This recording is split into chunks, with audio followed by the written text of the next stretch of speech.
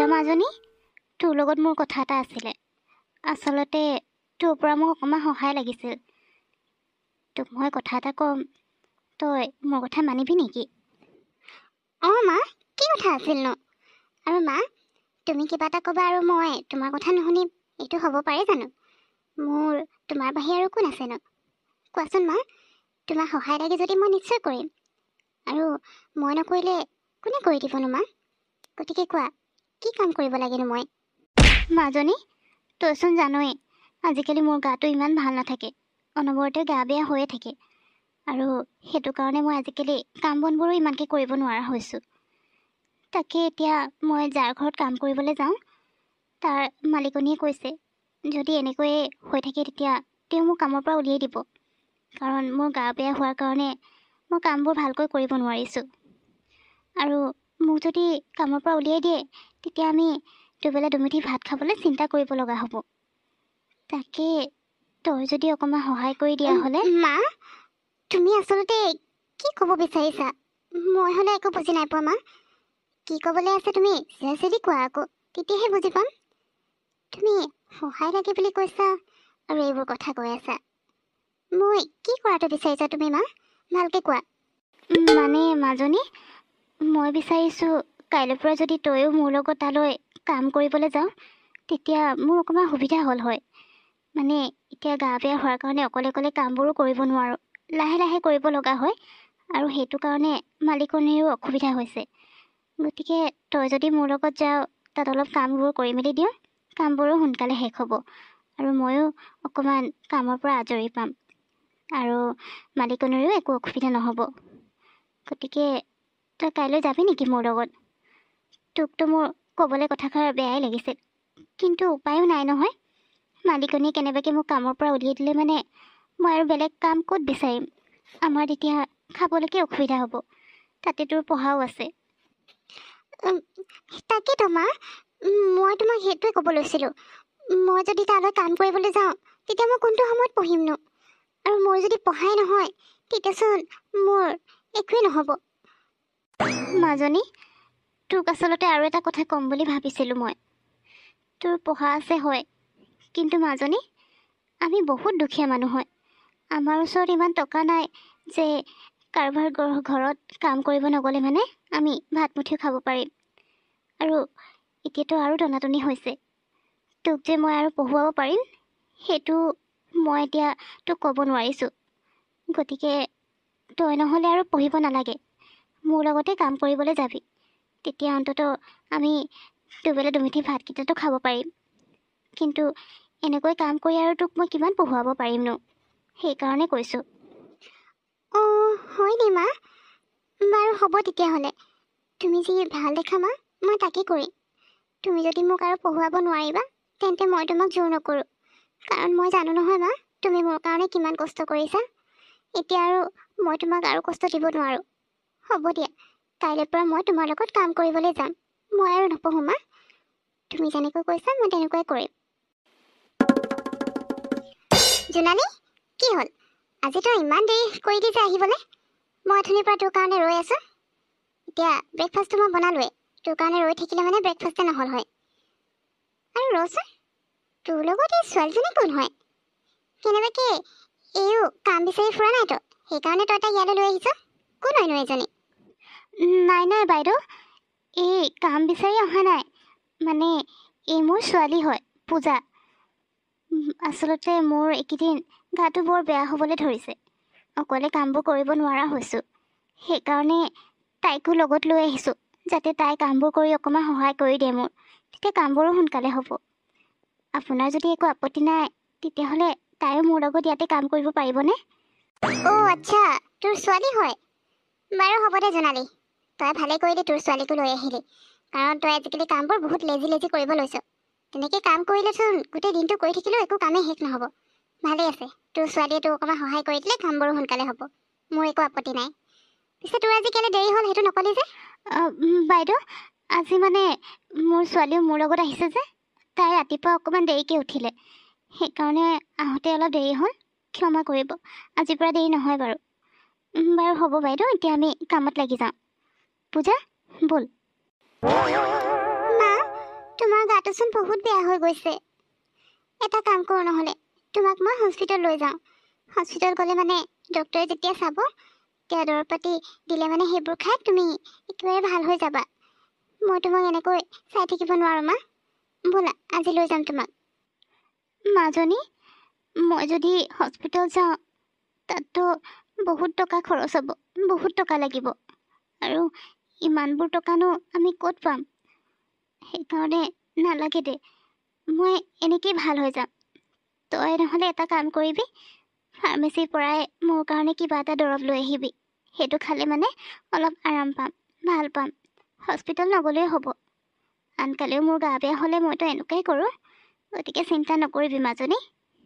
নাই মা, তুমি আজি তেনেকৈ ক'লে নহ'ব। তুমি আজি মোৰ কথা শুনি পিনে হস্পিটেল যাবই লাগিব, নহ'লে নহ'ব। ব'লা এতিয়া।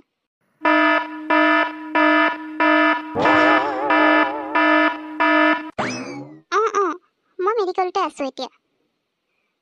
আচ্ছা, হয় নেকি? অঁ এটা কাম কৰিব আপুনি, মইতো এতিয়া যাব নোৱাৰিম কাৰণ ইয়াত বহুত পেচেণ্ট আছে, গতিকে সকলোকে চাব লাগিব। আপুনি এটা কাম কৰক, আপোনাৰ যদি প্ৰব্লেম নহয় তেতিয়াহ'লে তেওঁক ইয়ালৈকে লৈ আহক। ইয়ালৈ লৈ আহিলে মই ট্ৰিটমেণ্ট কৰিব পাৰিম, ইজি হ'ব মোৰ কাৰণে। আচ্ছা, হয় নেকি? বাৰু আপুনি লৈ আহকচোন, মই চালেহে গম পাম। এওঁ কিমান ধুনীয়া লাগিছে এই ডক্টৰৰ ড্ৰেছযোৰত। ময়ো যদি এওঁৰ নিচিনাকৈ ডক্টৰ হ'ব পাৰিলোঁ হয়, কিমান ভাল লাগিল হয় মোকো এই ড্ৰেছটো পিন্ধিলে মানে। মায়ে মোক পঢ়িবলৈ মানা কৰিছে, কাৰণ মায়ে মোক পঢ়ুৱাব নোৱাৰে। কিন্তু এওঁ দেখি এতিয়া মোৰো ডক্টৰ হ'বলৈ মন গৈছে। আজি মই নিজেই ডক্টৰ হ'লে মানে মায়ে বেমাৰ পৰি থকাত ইমান কষ্ট পাবলগীয়াই নহ'ল হয়।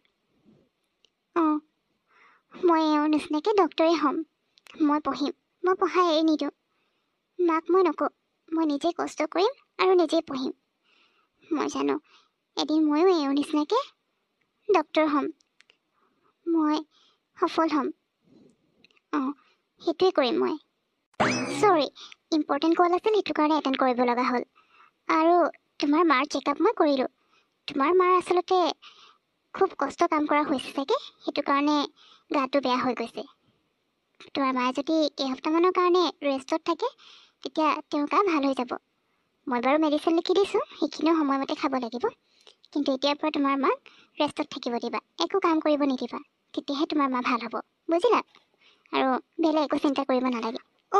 Thank you so' much doctor. মোৰ এতিয়াহে ভাল লাগিছে মনটো, নহ'লেতো মোৰ চিন্তাই হৈছিল কিয় মাৰ মাজে মাজে ইমান গা বেয়া হৈ থাকে বুলি। থেংক ইউ ছ' মাছ। মই বাৰু এতিয়াৰ পৰা মাক একো কাম কৰিব নিদিওঁ, মাক একেবাৰে আৰামত থাকিবলৈ দিম। এতিয়া আহিছোঁ ডক্টৰ। কি হ'ল হা? আজি 2 দিন ধৰি তোৰ আৰু তোৰ মাৰ একো খবৰ খাতি নাইকিয়া হৈ গ'ল যে? তহঁতি এনেকৈ নিজৰ ইচ্ছামতে আহিবি আৰু নিজৰ ইচ্ছামতে ছুটি ল'বি? এনেকৈ হ'লে কিন্তু নহ'ব দেই, কামৰ পৰা উলিয়াই দিম। মই বিচাৰিলে বেলেগ মানুহো পাই যাম মোৰ ঘৰত কাম কৰিবলৈ, কিন্তু তোৰ মায়ে ইমানকৈ কোৱাৰ কাৰণেহে তোৰ মাক মই ইয়াত কাম কৰিবলৈ দিলোঁ। আৰু তহঁত দুইজনী মাক জীয়েকে মিলি নিজেই নিজৰ ইচ্ছামতে ছুটি লৈছ। ক'ত গৈছিলি এই 2 দিন? কিয় কামলৈ অহা নাছিলি হা? বাইদেউ ক্ষমা কৰিব, আপোনাক জনাবলৈও আমাৰ ওচৰত ফোন নাছিলে, সেইকাৰণে আপোনাক জনাব নোৱাৰিলোঁ। কিন্তু বাইদেউ, মোৰ মাৰ গাটো বহুত বেয়া হৈ গৈছিল, আৰু মাক মই সেইটো অৱস্থাত এৰি অকলে ইয়ালৈ কাম কৰিবলৈও আহিব নোৱাৰোঁ। আৰু মাৰ গা বেয়া যেতিয়া মাটো কেনেকৈ আহিবনো? গতিকে কালি মাক মই হস্পিটেল লৈ গৈছিলোঁ, আৰু ডক্টৰে কৈছে তেওঁক আৰাম দিবলৈ, তেওঁ ৰেষ্টত থাকিলেহে গা ভাল হ'ব বুলি কৈছে। বাইদেউ আপুনি খং নকৰিব, ক্ষমা কৰি দিয়ক, আগলৈ এনেকুৱা ভুল কেতিয়াও নকৰোঁ। কি ক'লি? গা বেয়া হৈ গৈছিল? গা বেয়া হৈছিলে যদি এবাৰ ইয়ালৈ আহি মোক কথাটো জনাব লাগিছিল ন? তহঁতক ইয়াত মই কাম কৰিবলৈ থৈছোঁ আৰু তাৰ বাবদ পইচা দিছোঁ, গতিকে তহঁতে নিজৰ ইচ্ছামতে এনেকৈ কামৰ পৰা ছুটি ল'লে হ'ব নহয়? তাকো 2 দিনকৈ কাৰো একো খবৰ নাই, আৰু এতিয়া ক'ব আহিছোঁ মই ক্ষমা কৰি দিব লাগে? নাই, মোৰ দ্বাৰা নহ'ব। আৰু তহঁতৰ নিচিনা এলেহুৱা মানুহক মই ইয়াত কাম কৰিবলৈ থ'ব নোৱাৰোঁ। তহঁতো যদি আজিৰ পৰা কোনো দৰকাৰ নাই ইয়াত কাম কৰিবলৈ আহিবলৈ। এতিয়া মই বেলেগ মানুহ বিচাৰিলোৱেই, আৰু কাইলৈৰ পৰা মই আহিবলৈ কৈছোঁ। গতিকে তই বা তোৰ মা ইয়াত কাম কৰা আৰু কোনো দৰকাৰ নাই, তহঁতে যি কৰ কৰি থাকিবি, কিন্তু মোৰ ইয়াত তহঁতৰ কাৰণে একো কাম নাই। যা ইয়াৰ পৰা। মই ইয়াৰ পৰা যাবলৈ কৈছে বুলি এনেকৈ গুচি যাব নোৱাৰোঁ, কাৰণ মই এতিয়া পঢ়িব বিচাৰিছোঁ। ময়ো ডক্তৰ হ'ব বিচাৰোঁ। আৰু মই যদি ডক্তৰ হ'ব লাগে তেতিয়াহ'লে মই কষ্ট কৰি হ'লেও পঢ়িবই লাগিব। এওঁ খং কৰিছে হয়, কিন্তু মই যেনেকৈ হ'লেও এওঁক মনাব লাগিব যাতে এওঁ মোক ইয়াত কাম কৰিবলৈ দিয়ে। ইয়াত মই কাম কৰিলেহে মই পঢ়াৰ খৰচটো উলিয়াব পাৰিম। গতিকে এওঁক যেনেকৈ হ'লেও মই কিবা এটা ক'বই লাগিব যাতে এওঁ মোক ইয়াৰ পৰা উলিয়াই নিদিয়ে। বাইদেউ, মোক ক্ষমা কৰি দিয়ক। মই কৈছোঁ নহয়, মই কামবোৰ আজিৰ পৰা ভালকৈ কৰিম আৰু কেতিয়াও আপোনাক নুসুধাকৈ এদিনো ছুটি নলওঁ। লাগিলে মোক এদিনো ছুটি নালাগে, কিন্তু আপুনি মোক ইয়াৰ পৰা উলিয়াই নিদিব। মই এই কামটো যেনেকৈ হ'লেও কৰিব লাগিব, কাৰণ মাৰো গা বেয়া। গতিকে মাক মই কাম কৰিবলৈ পঠাব নোৱাৰোঁ। আপুনি প্লিজ মোক ক্ষমা কৰি দিয়ক আৰু মোক ইয়াতে কাম কৰিবলৈ দিয়ক। ঠিক আছে, ঠিক আছে। তই যদি কৈছ যে তোক এদিনো ছুটি নালাগে, তেতিয়াহ'লে তই ইয়াত কাম কৰিব পাৰ। যা, এতিয়া সোনকালে কামত লাগি যা। তই মানে তুমি পূজা নহয় জানো? এই যে আমাৰ ঘৰত কাম কৰিছিলে আজি 5 বছৰ আগতে। তুমি মানে এইখন মেডিকেলৰ ডক্তৰ হয়? অঁ হয় বাইদেউ, মই সেই আপোনালোকৰ ঘৰত কাম কৰা পূজাই হয়। অঁ, তাৰমানে তুমি সঁচাকৈ পূজা হয়? মই আকৌ তোমাক চিনি পোৱা নাছিলোঁ, কিন্তু তোমাক দেখি মই বহুত আচৰিত হ'লোঁ। তুমি সেই তেতিয়াতে আমাৰ ঘৰত কাম কৰিছিলা আৰু আজি এইখন মেডিকেলৰ ডক্তৰ হয়। বিশ্বাসেই হোৱা নাই, কিন্তু তোমাক এনেকৈ দেখি ভালো লাগিছে মোৰ। মই আচলতে ইয়াত চেকআপৰ কাৰণে আহিছিলোঁ। অঁ হয় নেকি বাইদেউ? আহক তেতিয়াহ'লে মোৰ কেবিনলৈ।